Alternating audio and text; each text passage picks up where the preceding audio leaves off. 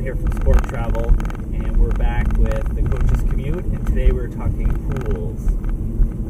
So, a lot of times, we'll get a team request a pool at their stay, and this is obviously going to be more common for our youth tournaments when families are traveling, they may have siblings, things like that. It's going to be a little less common for our collegiate teams or someone traveling for, as a team for championship, something like that. But pools are awesome, right? We're attending a tournament, we may have a big break in between games, we may have an early afternoon game as our last one, and we want to occupy our time and just spend some time at the pool. This is great. A lot of the different hotels may have a pool. It might be an indoor versus outdoor pool, so that's something you need to take into consideration is the time of year.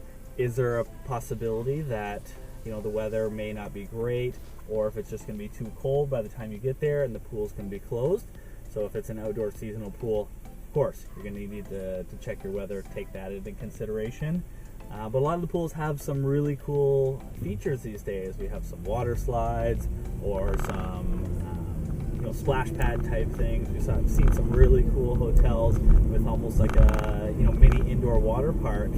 And this is definitely going to be attractive for families, especially if we need to drive far away and the entire family is going to come and kind of make a weekend of it. So both parents might be there, or some older siblings that can maybe take some younger ones to the pool while mom takes little Johnny off to play his game, come back, and maybe the whole family can enjoy the pool.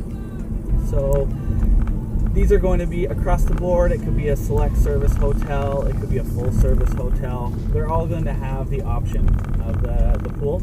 Sorry, I don't mean every select service and full service are going to have a pool, but both types of hotels may have a pool. So then there we start getting into some other considerations, breakfast, and some other requirements there.